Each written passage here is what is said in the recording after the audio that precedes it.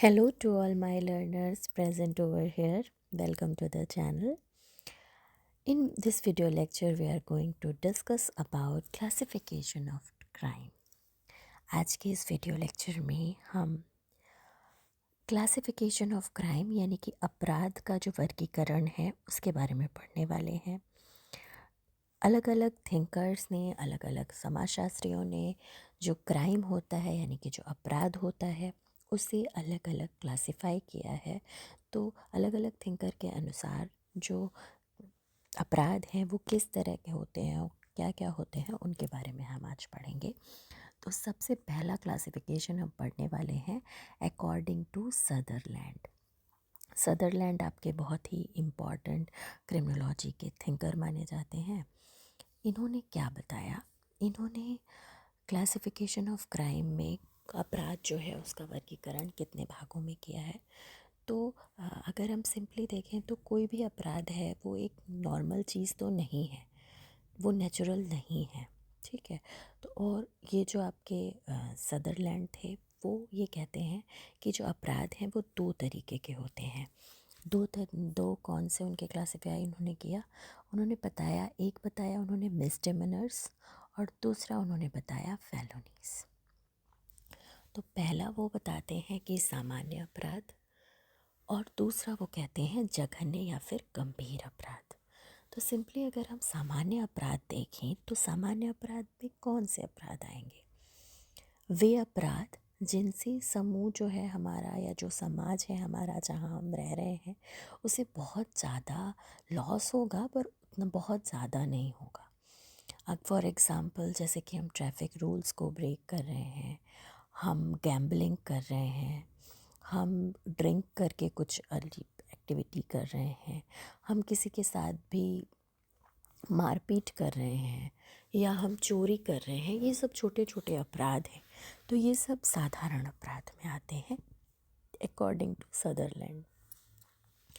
पर ये कहते हैं कि दूसरा आपका अपराध का प्रकार है जघन्य अपराध यानी कि गंभीर अपराध। तो वो क्या होता है? गंभीर अपराध में क्या आता है? तो इनका कहना था कि गंभीर अपराध जो है वो आपके ऐसे अपराध होते हैं जिससे जो भी व्यक्ति है या फिर जो पूरा हमारा समाज है उसे बहुत ही ज़्यादा हानि होती है, भारी हानि होती है। जैसे कि किसी की हत्या करना, मर्डर हो गया, बलात्कार, रेप हो गया, राजद्रोह हुआ, आतंकवाद, तस्करी, बहुत बड़ी हिंसक लूटपाट, इस तरीके के जो अपराध हैं वो आपके गंभीर या फिर जघन्य अपराध में आते हैं। तो मिसडेमिनर्स आपके साधारण अपराध हुए अकॉर्डिंग टू सदरलैंड।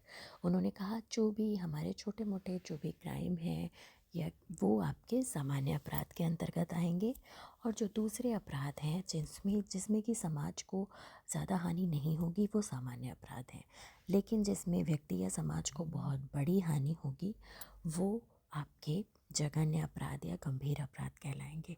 उसमें आपके हत्या, बलात्कार, डकैती, राजद्रोह, ये सारी चीज़ें, आतंकवाद, ये सब गंभीर अपराध में आते हैं अकॉर्डिंग टू सदरलैंड। सदरलैंड ने ये बताया। नेक्स्ट अब देख लेते हैं हम कि अकॉर्डिंग टू हेज, हेज जो आपके थिंकर हैं उन्होंने अपराध को कितने पार्ट में डिवाइड किया है, उन्होंने क्लासिफिकेशन क्या बताया है क्राइम का, ये हम देख लेते हैं। तो जो आपके हेज थे उन्होंने क्या कहा? उन्होंने ये अपराध से जो भी हमें हानियाँ होती हैं उस हानि के आधार पे ही इन्होंने अपराध को 3 मुख्य भागों में बांटा या विभाजित करके उन्होंने बताया। तो पहला ये कहते हैं क्राइम अगेंस्ट इंडिविजुअल, दूसरा ये कहते हैं क्राइम अगेंस्ट प्रॉपर्टी, तीसरा ये कहते हैं कि क्राइम अगेंस्ट ऑर्डर। तो ये 3 ये बताते हैं कि व्यवस्था के विरुद्ध अपराध होना, संपत्ति के विरुद्ध अपराध होना और व्यक्ति के विरुद्ध अपराध होना। तो जो हमने देखा कि व्यवस्था के विरुद्ध अपराध यानी कि क्राइम अगेंस्ट ऑर्डर, उसमें क्या है? तो अगर हम सार्वजनिक रूप से कोई ऐसा व्यवहार कर रहे हैं, मारपीट कर रहे हैं, कोई भी हम गलत व्यवहार कर रहे हैं, दंगा कर रहे हैं, लूटपाट कर रहे हैं, आतंक फैला रहे हैं, सांप्रदायिक संघर्ष कर रहे हैं, अश्लील व्यवहार कर रहे हैं सार्वजनिक रूप से, तो ये आपका व्यवस्था के विरुद्ध अपराध में आएगा। दूसरा आपका जो प्रॉपर्टी वाला है, उसमें जो भी संपत्ति के विरुद्ध अपराध होते हैं, संपत्ति के विरुद्ध जैसे कि चोरी, डकैती, जालसाजी, गबन करना, या टैक्सेस जो होते हैं, कर होते हैं, उनकी चोरी करना, तस्करी करना, गबन करना, ये सारे आपके क्राइम अगेंस्ट प्रॉपर्टी हैं। किसी न किसी से आपके पैसे से रिलेटेड जो भी अपराध हो रहे हैं, प्रॉपर्टी को लेके हो रहे हैं, वो आपके प्रॉपर्टी के अंदर आ गए, क्राइम अगेंस्ट प्रॉपर्टी।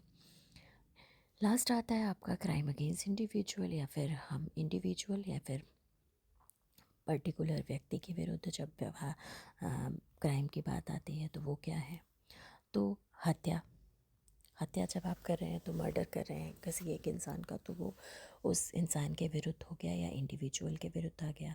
रेप किसी एक इंडिविजुअल की बात कर रहा है। तो मानहानि, घातक आक्रमण करना किसी पर, तो इस तरीके के जो अपराध हैं वो व्यक्ति के विरुद्ध अपराध में आएंगे।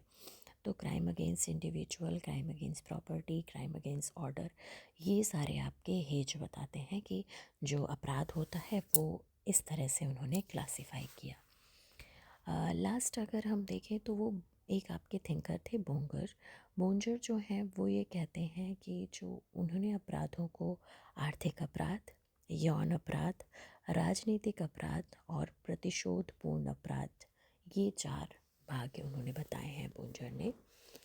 आर्थिक अपराध, यौन अपराध, राजनीतिक और प्रतिशोधपूर्ण। आर्थिक जो भी आपकी इकॉनमी से रिलेटेड है, प्रॉपर्टी वाला आ जाता है। यौन अपराध जो सेक्सुअल आपके जैसे कि रेप वगैरह हैं।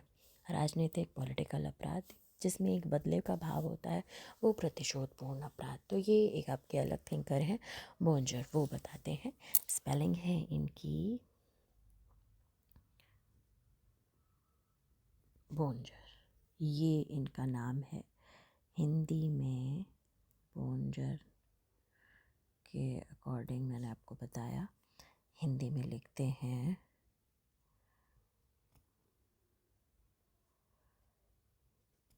बोंजर। उनके अकॉर्डिंग ज़्यादातर आपका सदरलैंड का बहुत इम्पॉर्टेंट है और ये हेज का भी काफ़ी बार पूछा जाता है। अगर आपसे पूछ रहा है टाइप्स ऑफ क्राइम या फिर क्लासिफिकेशन बताइए, तो आप अलग अलग थिंकर के अकॉर्डिंग भी बता सकते हैं।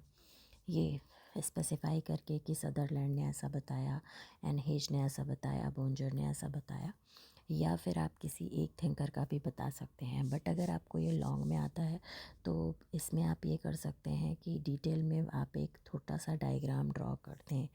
डायग्राम आप ऐसे ड्रॉ कर सकते हैं कि आपने एक पर्टिकुलर टाइप्स यहाँ पे लिख दिया, या क्लासिफिकेशन ऑफ क्राइम आपने लिखा, उसके बाद आपने 2 ऐसे एरो कर दिए और यहाँ पे आपने मिसडिमिनर्स लिखा, यहाँ आपने फेलोनीज लिख दिया, और ये अकॉर्डिंग टू किसके था ऐसा कुछ मेंशन करके। तो इस तरीके के फ्लो चार्ट वाले डायग्राम अगर आप लॉन्ग क्वेश्चन में ड्रॉ करेंगे, तो स्पेसिफिकली अगर आप ग्रेजुएशन पोस्ट ग्रेजुएशन के स्टूडेंट हैं तो आपके लिए बहुत हेल्पफुल रहेगा।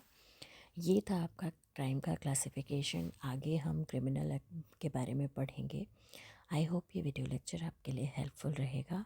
ऐसे ही और वीडियोस के लिए हमारे चैनल से जुड़े रहिए। चैनल पे फर्स्ट टाइम आए हैं तो प्लीज़ सब्सक्राइब कीजिएगा, बेल आइकन को प्रेस कीजिएगा ताकि हमारे नोटिफिकेशंस आपको मिलते रहें। ऐसे ही और वीडियोस के लिए हमारे चैनल से जुड़े रहिए। Keep learning, keep watching and keep sharing. Thank you so much for watching.